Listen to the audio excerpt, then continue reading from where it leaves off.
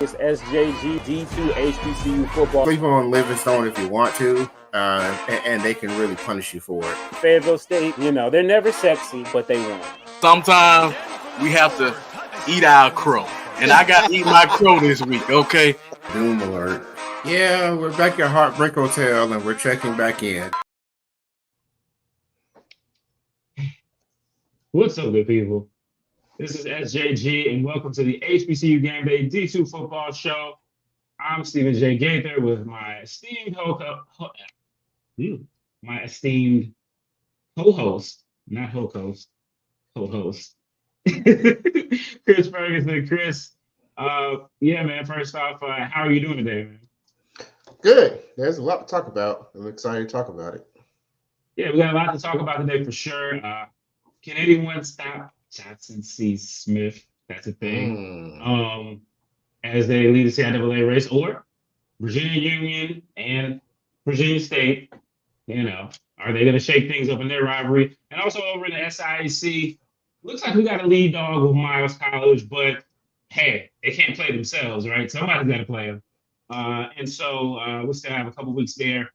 And then lastly, we also are talking about playoffs. Playoffs. There we go. We also talking about playoffs right now. Where things are looking at, and as we move forward. But Kris, shout out to everybody who's in the chat first and foremost. Definitely want to make sure that you guys go ahead and hit that thumbs up while you're here. Something really easy, just really simple, and really helps us do what we do. Kris, we're a couple of days removed from last week, last Saturday. What are your thoughts? Yeah, I know you give your 1 week, your one word recap every week. How would you recap the entire CIAA in one word? Entertaining. It's been a very entertaining year so far. I think last Saturday in particular we kind of were just sort of building up to like one high moment with Winston and Johnson C. Smith playing. I think just leading into that, there was a lot of drama. Now it's kind of like, is somebody going to slip and fall, or are we just going to have a rematch of VUU and JCSU and Virginia State got something to still say about that whole deal. So it's just still building up. They shouldn't be able to, but anyway, I'm sorry. Yeah, but I mean, in terms of like just the movie, just in terms of like just pure entertainment value, like the season just continues to build, and it is great to watch. And as you would say, two of the three Axis powers of the former North, I would paraphrase, they still got to play. So there's still a lot to play for. And, JCSU and VUU, they're not exactly crowned as the championship game participants just yet. Yeah, no doubt about it. So as we start over with our friends over in the SIAC, Kris, last week again, we know kind of coming in that Miles College is kind of the lead dog, but there are a lot of other teams that are in that contention. If we pop up those SIAC standings for everybody to check out, you'll kind of see what we're talking about. You've got Miles sitting up there with perfect conference record, and then you've got three teams with one loss, and then another team with two losses. And so, technically with 2 weeks left, those teams are still in play. But let's talk a little bit about what happened last week. So we will start over with what happened with Albany State and Miles. Miles is known for its defense. It's known, we kind of know that they're going to play good defense, but they showed some offensive capabilities on Saturday. Yeah, I mean, they're playing. They played Benedict, right? And they did a little something with that. 26-14. Just enough to keep things going because Benedict still has the talent to make some things happen. But when you look at Miles and what they're trying to do, hey, every game's a slog, and they're still finding ways to make things happen. Yeah, no doubt about it. This is definitely a time of the year that favors making things happen. And yes, Benedict, the two-time defending champions of the SIAC, as we said before, they're taking a step back or two, but still a proud program. And when we look at Albany State, they took on Edward Waters. That was the two that I mixed up. Albany State put up 42 on Edward Waters, put up 34, and that was kind of a freewheeling dealing game. Albany State again came into this season looking like they were going to be a championship contender, and right now they're still in it, even though despite getting the beatdown from Valdosta State and the disappointing loss to Shaw, they're right there in the race. Not only them, but also their buddies from Fort Valley State. So, definitely, if you're a Albany State fan, you're hoping that they can continue to ride this out and find their way back into the championship game. How are you feeling about Albany State right now? Ooh, I like how they have sort of matured in offense. I think that they have really sort of come in their own, especially the quarterback Isaiah Knowles. One of the top passers, not just in SIC, but also, amongst a lot of Division II quarterbacks. But giving up that many points to Edward Waters definitely kind of raises a few eyebrows. And, they're one of the teams that actually has already went up against Miles. I mean, do we really want to see a rematch of those two? And would it really result in a different outcome? I'm not so sure.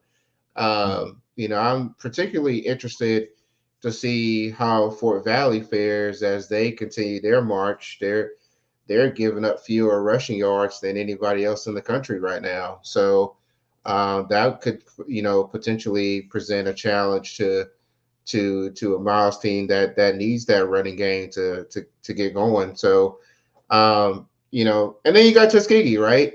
And they're just kind of hanging in there, but eating off the bottom of the ocean, yeah. Right. And I think that's the thing. I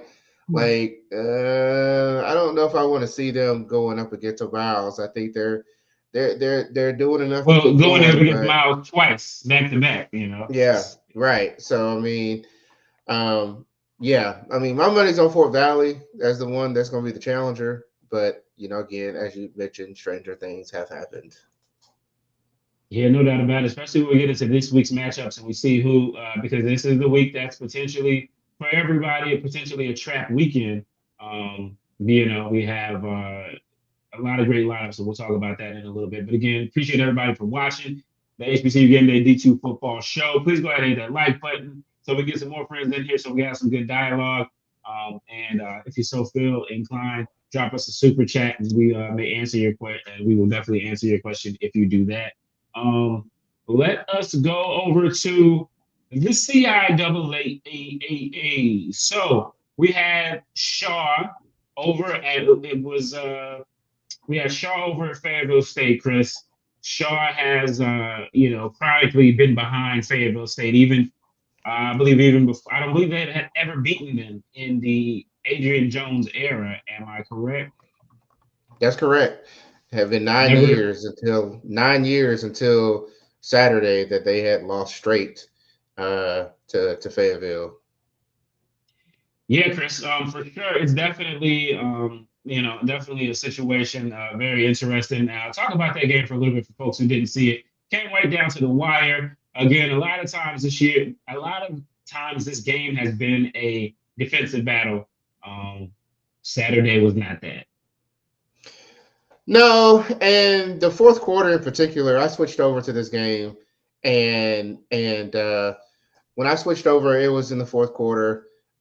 They got to the point where they started trading scores, and I listened in to Coach Adrian Jones, his press conference, and the thought from the Shaw point of view was that they felt like Fayetteville State, when they scored that go-ahead touchdown, late in the game that they left too much time on the clock, and Shaw just sort of ran their offense down the field, and took that game. And I kind of wondered, because I'm like, man, like these are the moments that Fayetteville State's made for, and here comes out John Hernandez Vargas, the kicker, and his kick fell just short to tie the game on the last play of the game.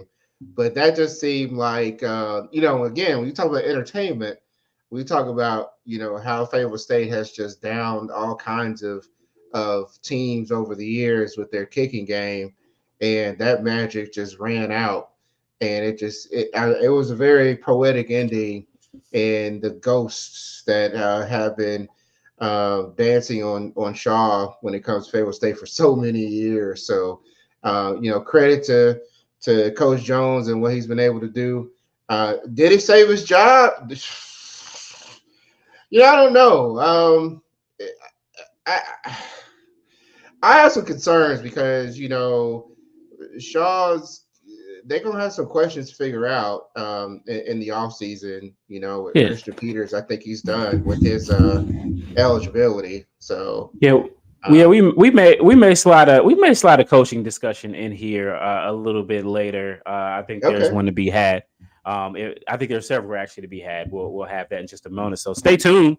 I'll let all your CIAA friends know. We might be discussing coaching.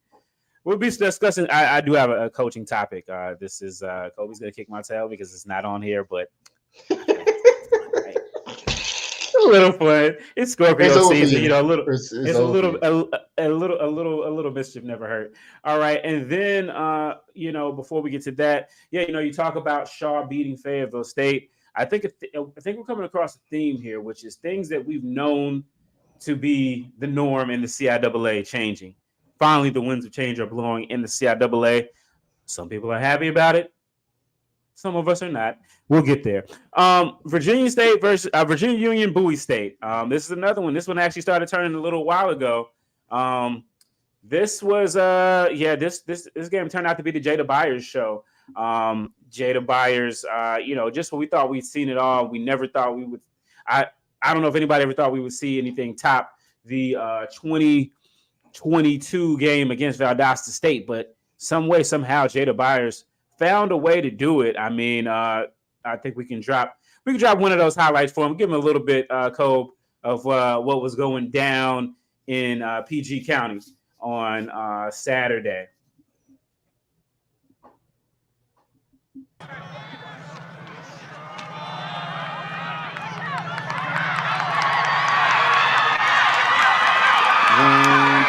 Jada's coming for you. 3, 4, watch him score. 5, 6, you can't hit. 7, 8, it's too late. 9, 10, he's gonna do it again. That's my Jada Byers Halloween song. Created that last year. It will be copyrighted soon. Unlike some photos of mine of his. Anyway, Kris. Jada Byers, Virginia Union, I'll tell you this, they don't have a problem putting the split act on someone for sure. Well, if you remember, we talked about this last week, right? We issued a nice little doom alert for Bowie State. And, I felt like Virginia Union was capable of scoring 50. And they cashed in 56 points. And that just shows you where VUU is right now. They say it's 50. Yep. So, and that's the thing about it was, so Bowie actually had like over 400 yards of offense in this game, which is great, except when you go up against a team who's got over 600 yards of offense in this game. Right. So, I mean, it was painful if you're a Bowie State fan, but I guess that's just emblematic of the season right now for them. Yeah, man. Been a rough year for those guys. They, they got a chance to stomp a mud hole in Bluefield State, and one day, and then this week they're the BSU. They got the mud hole stomped in them. It just kind of happens that way. So, yep. But yeah, and then And then again, as we said, I don't know, you guys might have heard, there was a game down in Winston-Salem. It happened. Johnson C. Smith came up to Winston-Salem, and they came up with a 7-0 record. They're coming off of a close win over Shaw the previous week off their bye week, and this one, Chris, it wasn't close. No, don't let the score fool you. Don't let the score fool you. This wasn't even close. No, it felt like a funeral, to be honest with you, Chris. It felt like a funeral for one side. For the other side, hey, as my friend Chris over at HBCU Sports said, they broke some generational curses with that win, their first win in Bowman Gray since 1975, when I was -10. I'm sure you were right there in the same spot. So kudos to them. The final score was 24-15. But again, as Chris said, and certainly being there, it was not that close. Winston-Salem State struggled to get any kind of semblance of offense at all. They mostly fumbled around in their 30 and beyond. They just found every way to make sure that they did not win this game. It seemed like whether that's fielding punts at the 2-yard line, whether that is running out of bounds to catch a ball that was going to start at the 35 so you could start at the 18.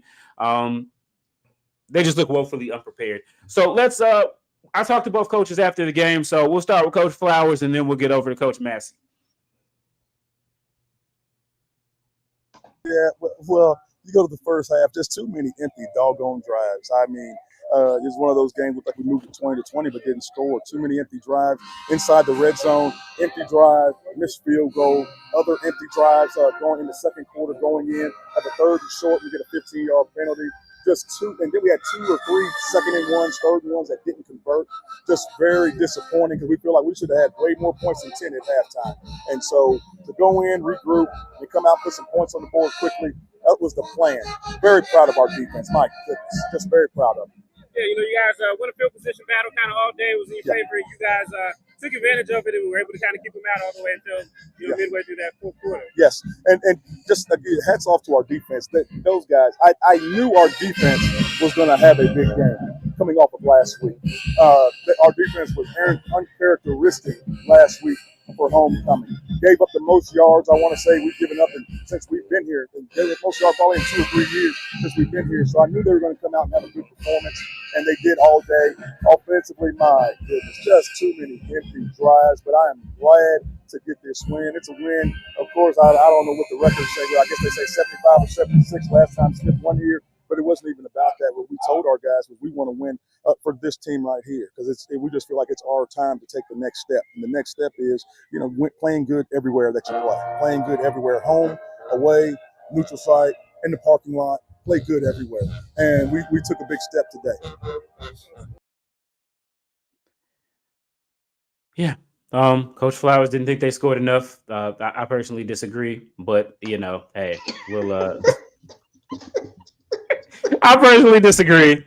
They got enough. They got enough. But no, it's now the WSSU defense did play solidly in spots, but they can't score all the points for them. So we'll hear from the other side of that. Yeah, man. We'll hear from the other side of that score next with Coach Massey. That didn't happen anyway. So we'll just do some things. We got some guys got injured that we counting on, but hell, they had some guys that didn't play as well. So we got to do a better job of preparing ourselves for worst case scenarios and then being able to respond. What did you see that was the tough thing as far as getting your offense going? I think our quarterback never got settled. In all honesty, I don't know if he trusted protection or whatever the case may be. And then on some of our RPOs, we thought he should have gave the ball, he pulled it, and vice versa. So with all that being said, again, we just got to get the ball. We got 2 weeks before homecoming. So we can right our wrongs, still have a winning season, have something to look forward to build on going into this offseason. Thanks a lot, Coach. And their defense is #1 in the CIAA. Yeah, really good defense. Really good defense. They did an outstanding job. And, hey, man, we took that one under the chin, but we got to do a better job of being creative for lack of a better word, offensively to get the ball, to move the ball. And like you said, defensively, they kept you in the game. Lower averages, man. If you're playing that much defense, your guys are going to get tired. They'll give up a play or two. So that happened, and hats off to Coach Flowers and his crew. Good team, having a good year. So again, hats off to John C. Smith. Now you just got to hope and wait and hope some teams lose. It'll be a lot of that hoping and waiting. So we just need to concentrate on getting healthy and getting ready for homecoming, which will be Fayetteville State. Yeah, Chris. So that's how it happened at Bowman Gray Stadium. Yeah. Hey man, it was warm. It was warm down in Winston-Salem. It was, but no, it's yeah, man, Chris. I mean, I guess things don't last forever. And Johnson C. Smith, maybe the previous week against Shaw, maybe they had the bye week blues, the post bye week blues. That has been a thing in the CIAA so far this year. Virginia State and Virginia Union did lose off of their byes, and so it's the bye week is a new thing for everyone anyway. And with St. Aug, it kind of worked itself out. But yeah, I would like to offer a slightly different opinion to that. Mm-hmm. My theory is homecoming, because we saw like Shaw, that was JCSU's homecoming. We saw Fayetteville State lose at homecoming. Elizabeth City lost at homecoming. I think some of this is just related to homecoming, in my opinion. Well, WSSU will be coming off of a bye and homecoming, so it'll be very interesting. We'll talk about that a little bit. But BDTV, relax. You've been out of it since you left Bowman Gray. Relax. Anyway, they definitely look like the 1998 St. Louis Rams against you guys. But anyway, all right, let's go to let's go a little bit. Let's talk about playoffs, because right now the regional rankings are in. The initial regional rankings are in, and for people who don't know, the regional rankings are kind of the indicator of the playoffs, right? So 7 spots, 10 teams, 7 spots. So the first 10, the initial 10 are the teams that are in alphabetical order. And so right now we've got a total of 4 HBCU teams that are in the super region. One, let's see. We've got Miles College. They are the lone SIAC representative at 6-1 in Division II play, because Division II are the only wins and losses that count. And then we've got 3 CIAA teams. You've got Johnson C. Smith, obviously, that's with that sterling 8-0 record. You've got Virginia Union, who I believe is 6-1. Yep. And then you've got Winston-Salem State, who is 6-2, having lost to both of those teams. Obviously, we talked about it last week, Chris, the possibility of the CIAA getting multiple teams in, and would the SIAC get a team in? Obviously, we've got 3 more weeks actually before the playoffs are selected. These final 2 weeks of the regular season for the CIAA and SIAC, and then that championship week, which is the last week for the rest of the other schools that don't play a championship game. What are your thoughts on the list? And kind of where we are right now, obviously with 2 weeks to go. Well, you got to feel pretty good to see four HBCUs in the top 10. That's a great feeling. And also, your favorite non-HBCU is ranked number 1 in at least one poll. Oh, the fake VSU, yes. but from a playoff perspective, playoffs, there is a good chance that Johnson C. Smith may actually get the number 1 seed over Valdosta, just based off of like the way the way that their schedule has sort of played out. When you win those other conference games like this and everybody comes in with a great record and that holds up, that's a great resume when it gets to playoff times that we've talked about this year after year. Now, Tuskegee didn't look all that hot for a while, but them feasting on those teams to get to a winning record, that's a notch for JCSU on top of everybody else on the conference schedule. So, man, like it feels great. You got VUU. If VUU and JCSU get to the championship game, I think it's a good shot that the CIAA gets 2 teams in. I really do.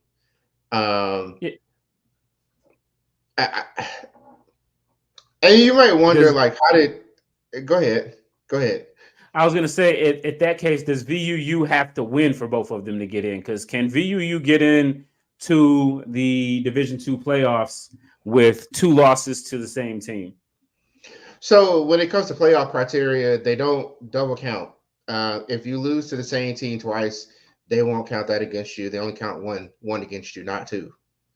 So they won't hold that against you. I think, so Inkblot, who is one of the big contributors on the statistical stuff for Division II, and not just football, but other sports as well. He actually has, I believe he has the VUU, I think he has some 7th in his regional rankings. And so, 7 is not where you want to be because Miles may not get to 7 on their own. They might need earned access. So there's kind of a question mark there. You need to get out of the 7th spot. But yeah, I think that yeah, there's 2 that could get in for the conference this year. Now you may be wondering why Winston-Salem State. 2 things.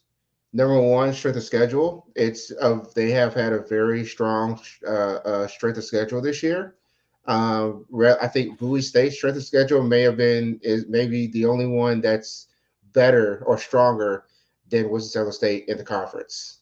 But they only won 2 games so far. Well, give a little credit for scheduling. I'll give them that much, but there's that, and then the other one is that they're 3-2 against teams at 500 or better, which really stands out for playoff criteria too. So will they make it? Probably not, but it does feel good to see Winston-Salem State in those rankings for the first time in years. Yeah. Way too long over here in the Trey Foe. All right, so let's so that was the playoffs. So we're kind of waiting to see. We got this week. We'll talk about the games this week, but yeah, again, I know at one point we were talking about maybe potentially no SIAC teams getting into it. I guess, Chris, as long as Miles, the SIAC's really only shot, because maybe Fort Valley is their only. Miles and Fort Valley, are they really it? Because if you look at Albany State, even if they were to get in, they don't have any wins, non-conference wins, and so is it Miles or bust for the SIAC in your estimation? I would say probably yes. I think, Fort Valley, if they could take down Miles, then maybe you get a sympathy vote there to get to 7. You don't really know what the regional ranking is at the end. They just select 7 teams, right? So, I mean, we will never know if they got in because of that. But I would have to think that they probably wouldn't leave Fort Valley out if they took down Miles. But right now, they don't have a win over a team greater than 500. That doesn't help. And losing to Delta State, who's probably ahead of them, also doesn't help either. So it's one. I think it's one of those 2 teams. I really do think it's one of those 2 teams. And if Miles falters, then the SIAC could go without.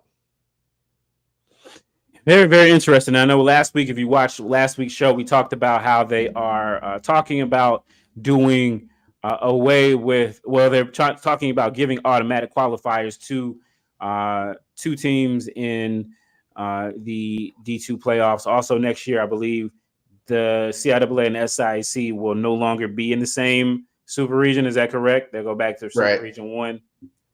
Yes. All right. Super Region 1. All right. So let's go back to the Kobe, soft. All right. So Albany State, let's talk about them. Let's talk about Miles. Again, do they have, do you see any way that they don't get into the championship game this week?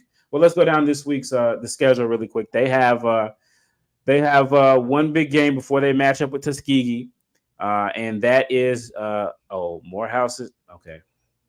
I was wondering where you're going with that. Yeah, sorry. No, Morehouse in Birmingham. I mean, I don't know. Yeah. Oh, you know. Yeah. So anyway, prayers for them. So MC versus MHC. We've got Albany State. They will be taking on. Now, this is the interesting one because we got that Fountain City Classic that's going to be coming up pretty soon.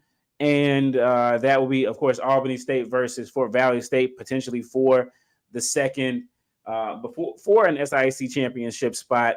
But before we get there, Albany State has Savannah State, and Savannah State has some wins this year. Yep. And Savannah State, they got a defense that might be able to slow them down. So, and we see Albany you'll sleep on. And we see Albany State will let you score. Shaw, Edward Waters. Their defense will keep you in the game. Well, except for Morehouse. I mean, dear Lord, 52-6 to Morehouse. Well, and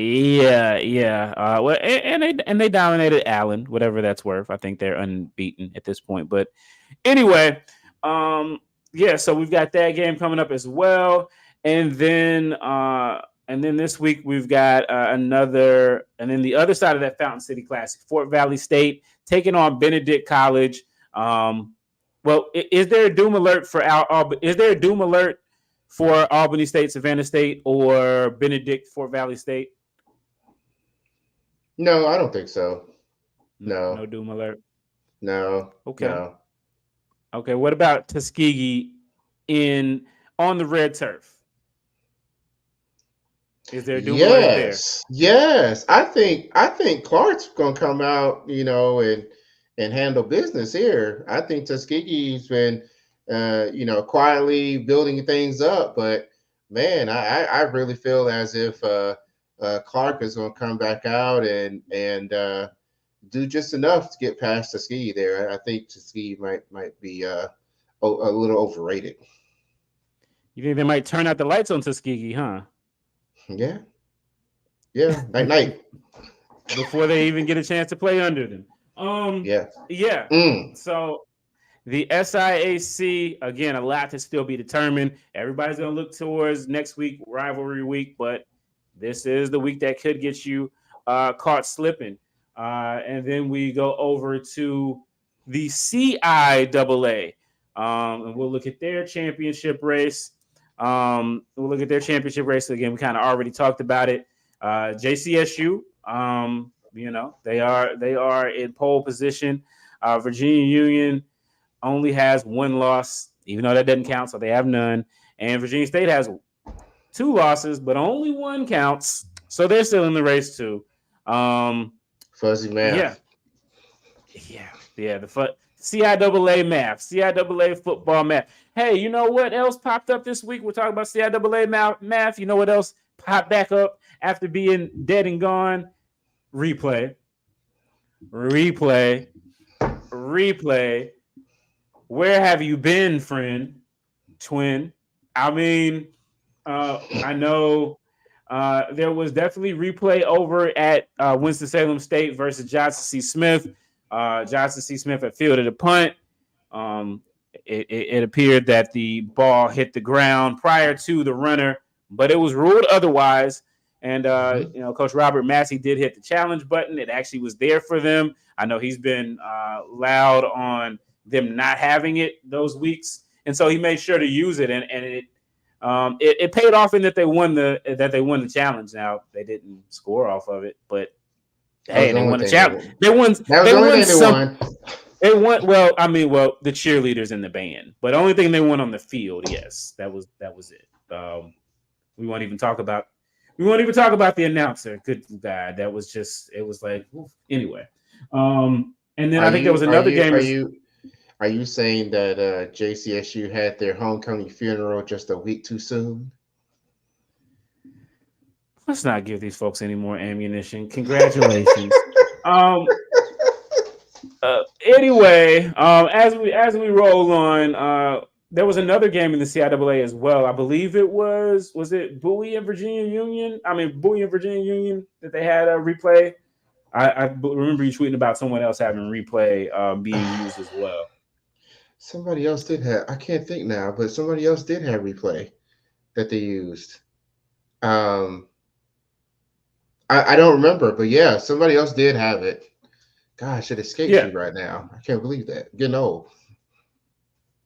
Yeah. So okay. So it was Union that used it. So the off again, on again, the often rumored instant replay in the CIAA is there. So yeah. Now that's really great stuff there. So we know that we've had it. So. And then let's look at this week over in the CIAA. So JCSU, right? Let's talk about him. Coach Flowers and his crew, 8-0. They will return home. And Kris, are you? At this point, they're number one. And not only are they number one, but they have beaten the number two.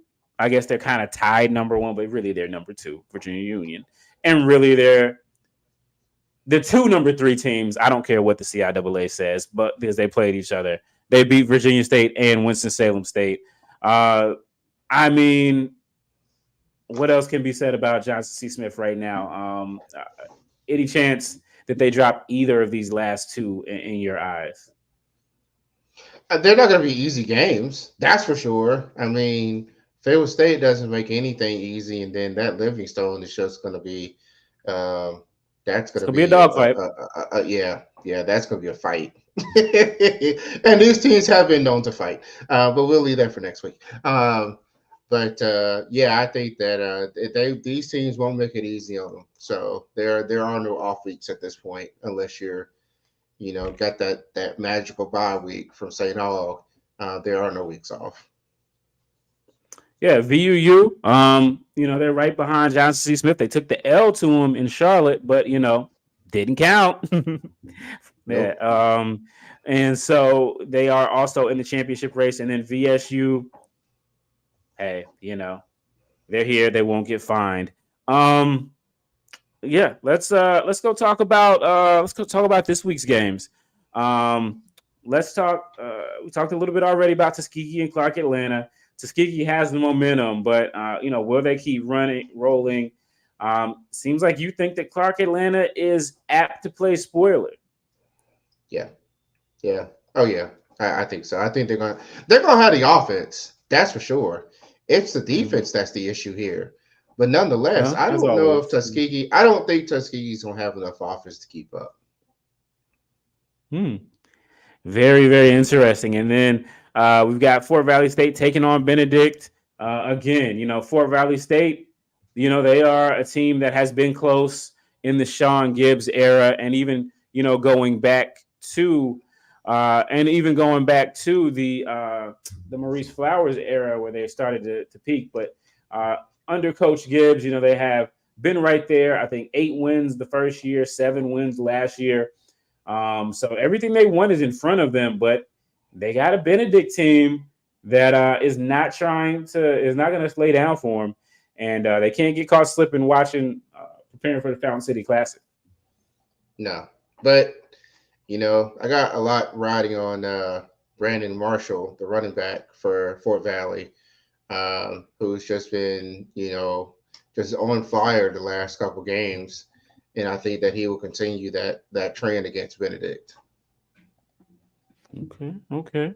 And then we will also take a look at we'll look at Shaw versus Livingstone, battle of two teams who have 5 wins at this point.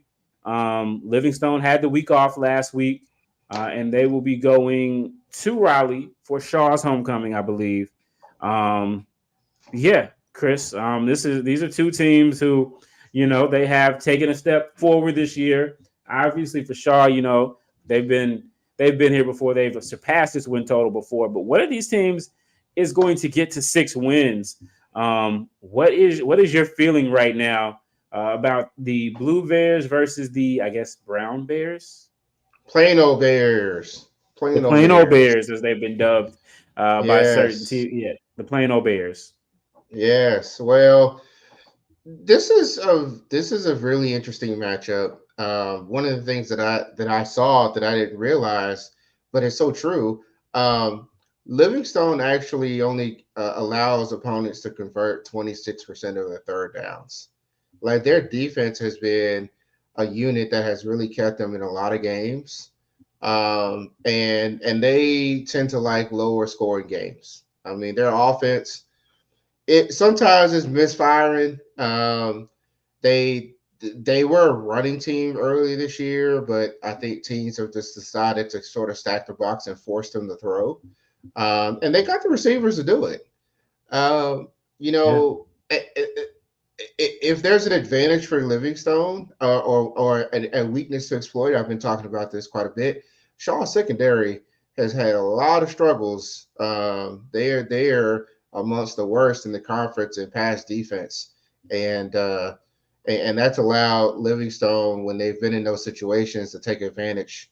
So it's going to be a really interesting chess match to see how these two play this out.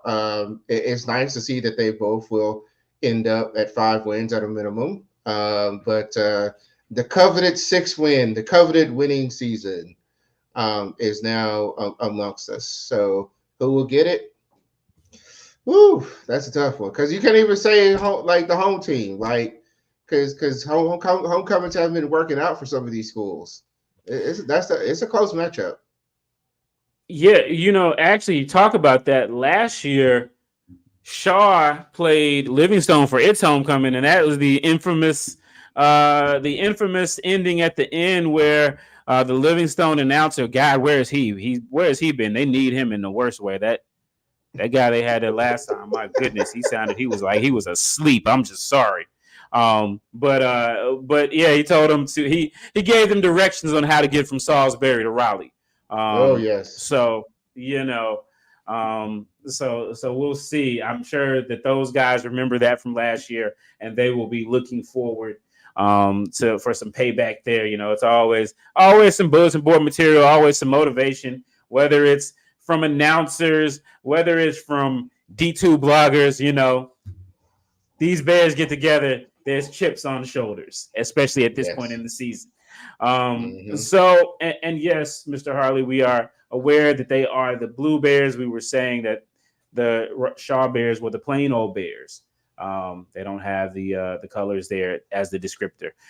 And then we will talk about what some would say maybe is the game of the week over in the CIAA for sure. Fayetteville State versus Johnson C. Smith. Of course, this is not the same Fayetteville State that I said was never sexy, but they win. They've shown some leg at times, but they also have come in on the adverse side of those a couple times. They were able to pull it off against Bowie State, but not over at their homecoming for Raleigh. And this is a Fayetteville State team that's become a very proud program. They feel like they're the blue bloods, at least of what was the Southern Division. The South is no more, however. And so now they're just blue. And they're taking on Johnson C. Smith, who seems to be ready to take the throne. And what are your thoughts on this? Is there a doom chance for Fayetteville State versus Johnson C. Smith? No, I mean, I think JCSU is going to do enough to protect home field in this one. I almost feel like we need to have a moment of silence for Fayetteville State, because they had an incredible run, It is not going to continue this year. But man, it's like, man, they started strong, and then they've just been slowly trending down. So no, I expect JCSU to keep marching towards that undefeated regular season record, and we'll see Fayetteville State and Winston-Salem, I think, swap those roles, and Fayetteville kind of play spoiler against their rival in Week 10. So no, I don't see one here. Fayetteville, who's Fayetteville's rival? Well, the conference is. Oh man. Anyway, I'm not even gonna go there. Yeah, no, I think hey, Johnson C. Smith, hey, hey, it just might be y'all's year. Fayetteville State, Finish the job. Fayetteville State, y'all had, like you said, you had a hell of a run, standing ovation. That road to Salem, it should be named FSU Way. But this year, it ain't gonna happen. But maybe they can give somebody a little bruising on the way out. So there we go. And then lastly, there's another game that's gonna be taking place. We don't expect it to be close, but well, let's just talk about it. Jada Byers. I think we've had a moment of silence for Fayetteville State. Winston-Salem State had their funeral last week in front of, the biggest crowd they've had in a long time. Let's talk about Jada. Let's talk about coaches. How about that? So we've talked about coaches. The CIAA, Chris, we have seen it's not been a league that's had a lot of turnover in coaches for the most part over the last, 8-9 years, I would say, other than Elizabeth City kind of being a rotating spot for a while. And, obviously the dearly departed Damon Wilson left Bowie State, where they are now. We look at coaches, and we'll look at the two coaches that are at the top of the CIAA, and I think there's a lot of things that you see in common that they have. And of course, we're talking about Coach Maurice Flowers over at Johnson C. Smith, what he's done for that program, which only has one championship right now in its history, but looks like it definitely could be adding to that. What he's done to his alma mater in 3 years, nothing short of spectacular over there, breaking generational curses. And then Dr. Alvin Parker over at Virginia Union, his alma mater. I look at those two, Chris, man, and I see a lot of similarities. Both guys who played at the institution. Maurice Flowers is actually from Charlotte. You look at Coach Dr. Parker, he's from DC, but not too far away from Richmond, and he's kind of made it his home there. And I think, you look at them there, I think those are the two offensive guys that are the head coaches over in the CIAA. Am I mistaken? Are they the only two guys who kind of played offense that are there in their head coaching situations? You got Massey, you got Gilbert, you got Adrian Jones, you got Richard Hayes, you got Jackson over at Bowie State. You do got Frazier, so you do have Henry Frazier. He was a quarterback. Yep. But other than that, and these are the two guys that are at the top of the CIAA. What does that say about it? Having someone that knows the soil, that played there and has some success, and being offensive-minded coaches. Those kind of stick out when you're talking about the CIAA, right? Yeah, I would say so. Most definitely. This year at least, what they've been able to do, because the CIAA has been historically a bit of a running league, and they have found ways to make their offenses more diverse. Think about what VUU has done for a second here. Like, you started with a quarterback, he gets hurt, you insert another quarterback, who, by the way, Mark Wright was at Virginia State. and he was there with the previous coach, Reggie Barlow, if I remember correctly. Then he left, and now he ends up at VUU. And look at what they've been able to do with inserting him into the offense, and he's just kind of sort of running it. And they're getting lots of pass yards. Shout out to Reginald Vick. Certainly turned into one of the most productive wide receivers this season for Virginia Union. So, what they've been able to do, what Coach Flowers is able to do with that transfer portal to get Darius Ocean there. I mean, that's what you need. I mean, that's the kind of offenses that you need to play when you're thinking about playoffs. So it's great to see. Yeah, and and you talk about it, Coach Jones and Coach Hayes are kind of the elder statesmen of the CIAA. Don't know where they are contractually. Obviously, Coach Hayes has had a lot of success over there, winning division championships and one championship. Coach Jones has been kind of right there some years. They kind of have fallen back, but they're at 500 this year and can finish above 500. So it's definitely going to be interesting to see. Then you got coaches like Sean Gilbert, who's been there for a couple years and kind of raised the bar there. You've got again Coach Massey over there, who's had big expectations.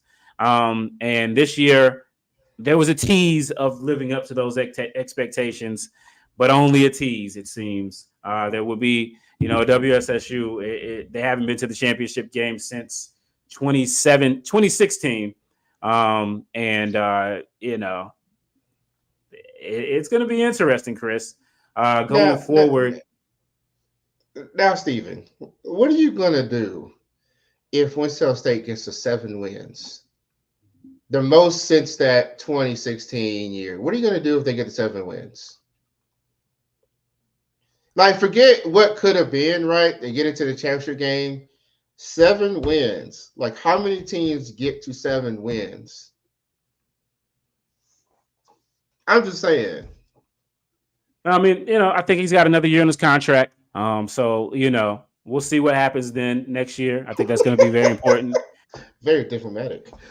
So we'll see what happens next year. I felt like this, the standard is at least getting to the championship game at Winston-Salem. You got to get a banner.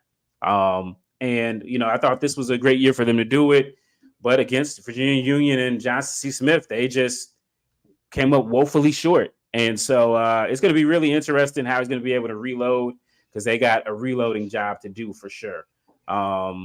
They got a reloading job to do. They had a lot of seniors that came back, and they were kind of thinking that this was going to be the year. Not so for them. They will finish with a winning record and possibly 7 wins. But I think there's going to have to be it's going to be an interesting lost season, and he doesn't. The lease is going to be short. I think. It's just 7 wins at some places works. 7 wins and no banner in like 5 years just doesn't really work down here. Yeah. So we'll see. But we know it is working. That man, number 3, Jada. Jada. We'll hit him with a little bit more of a Jada. And we'll hear a little bit from his coach as well right after this.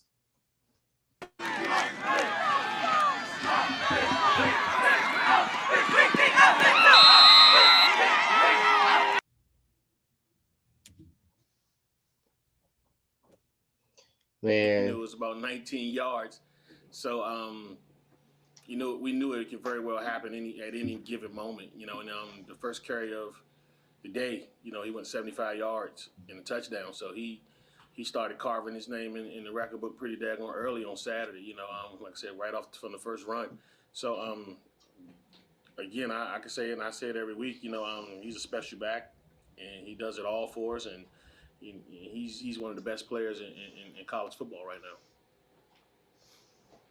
And was it, after that first run, that 75-yarder, it didn't stop. Was it like just if they can't stop him, just keep giving him the ball. Was that kind of the mentality of it?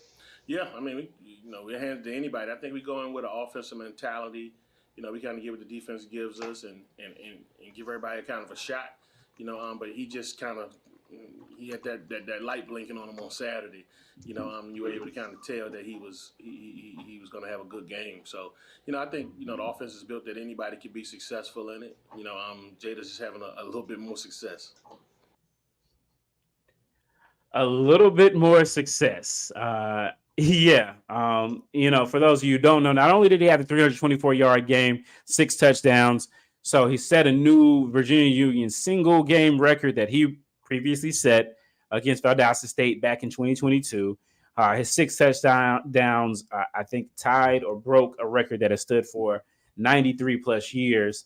And then he also broke the career rushing record, beating Andre Braxton over 5,000 yards and the career touchdown records. Chris, what are your thoughts on Jada Byers and just what he's been able to do as his career comes to an end? And is he the greatest offensive force that you have ever seen in the CIAA in your time? I'm putting you on the spot here. I know I didn't give you that, but here we go. Man. Well, I mean, look, Jada Byers played 4 years. He had opportunities that he could have transferred, and he didn't. He stayed in Virginia. He has wrote this whole thing out. He's been a Harlan Hill candidate, for the best player in Division II, and showed pretty well at the national level. He is second in the country right now in rushing yards. He is second in rushing touchdowns, I believe. He's third in yards per carry nationwide. That's I love seeing players from the CIAA and really just even the SIAC. I love seeing them excel at the national level. I saw this comment that I kind of just got a little touchy about because you're not going to sit here and try to minimize what players can do. And 324 yards, I've seen, maybe one other player, running back a few years ago who got something like that. And that's a pretty big feat. Now, is Jada Byers, you said the best offensive force? The best offensive force. Who? Yeah. Is he there? Or give me your top 3 that you've seen in the CIAA. Okay, so I'm going to say within the last 7 or 8 years, you had Amir Hall, you had Trent Cannon, and you have Jada Byers. And not in that order, but I'm just saying the 3 top that I can think of were those 3. All 3 of them stood out on a national level. You did see Trent Cannon go to the NFL. I think that you have seen where Jada Byers can catch the ball out of the backfield, also can do special teams. So, he's got an opportunity to get to that next level. Really going to be interested to see how all that plays out. But man, it's been an incredible run.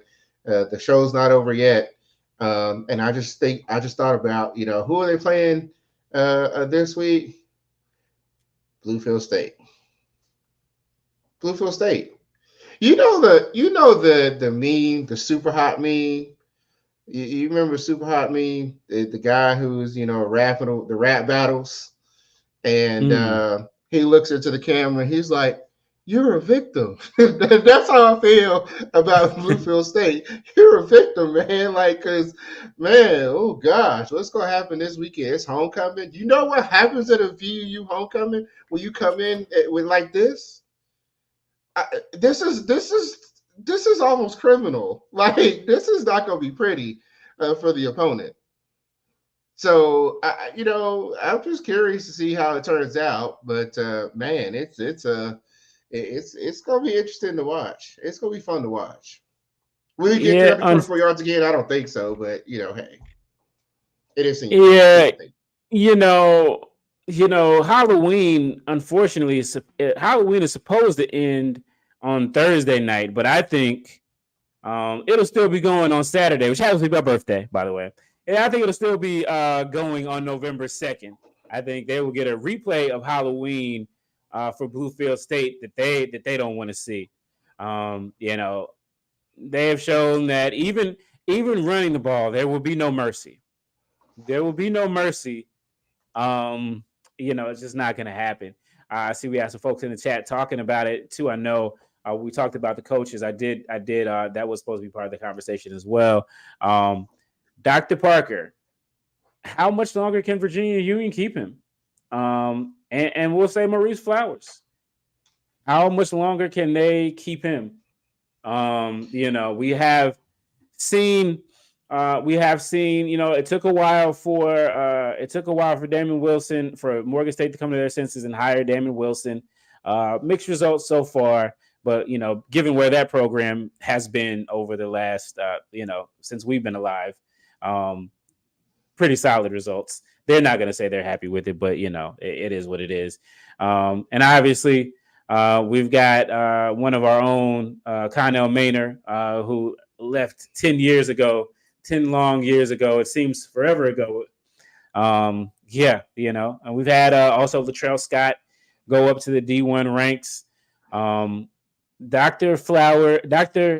Parker and Coach Flowers, how much longer do you see them being at their respective schools? Again, they are at their alma maters. That usually kind of makes it a little bit more difficult, but hey, Bowie State was Damon Wilson's alma mater as well. Well, you got to think about this in terms of money, right? Because there's a big jump when you go to the FCS as opposed to a Division II head coach. I mean, that jump is like well over $100,000 in salary. So why not take the chance to get there in some respects? And so the rules are different, right, between FCS and Division II.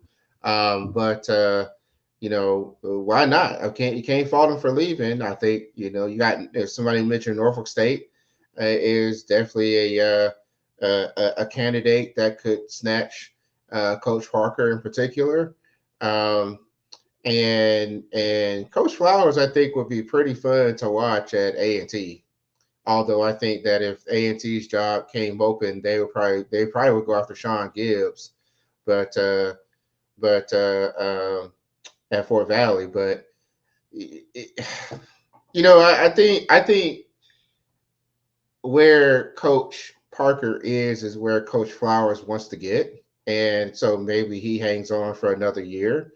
Only took 3 years for Chennis Berry, though. I mean, obviously a different set of circumstances being right there in the backyard in Orangeburg definitely helped, I think. But I think the taste of the playoffs makes you hungry for more, at least. And you got to have like 2 cracks at it before you say, you know, maybe it's time for me for a bigger challenge. And that's why I think, you know, Coach Parker could be the one that we could see, you know, they try to poach him away. Yeah, it's going to be really interesting to see how this sort of plays out. And he's got a pretty good coaching tree. So that would be also a really good, interesting dilemma to see how they replace him if he were to leave Virginia Union. Yeah, no doubt about it, for sure. Interesting propositions, but right now we got 2 weeks left to go in the season, regular season, so everybody is still fighting for that to get these last couple of wins. But, you know, some people don't like to talk about, but last year, you know, we talked about it quite a bit about Chennis Berry, you know, and the folks at Benedict were just praying and hoping and wishing and throwing down the wishing well, and it didn't happen for them. You know, when those guys come calling, generally they get what they want. But hey, guys, we appreciate everybody for tuning in. Please, before you guys leave out, please make sure you hit that like button. It's something that's small that goes a long way. We really appreciate everybody on every format that watches the show. And we take the time to doing it with our producer, Kobe, you know, who definitely makes sure we stay on task. And I'm sure he's got a message burning me right now because I definitely kind of freestyled at the end. But hey, you know, what would it be if I didn't do that?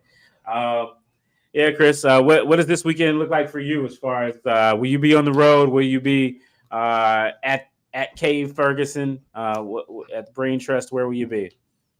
I don't know. I'm tempted to go to see Shaw-Livingstone. I'm also tempted to go to JCSU. I don't know. I don't know. I'm really perplexed and torn right now. Okay, man. Check out the Bare Necessities over there in downtown. In the Bull City, not in downtown Raleigh, but it's always a great place.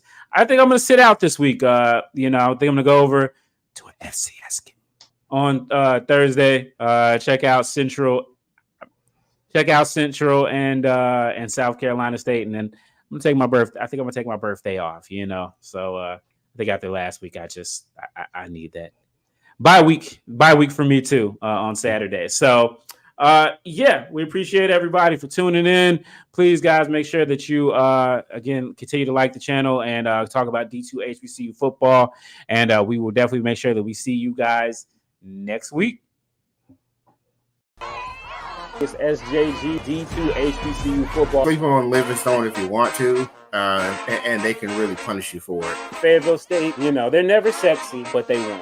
Sometimes we have to eat our crow, and I got to eat my crow this week. Okay. Doom alert. Yeah, we're back at Heartbreak Hotel, and we're checking back in.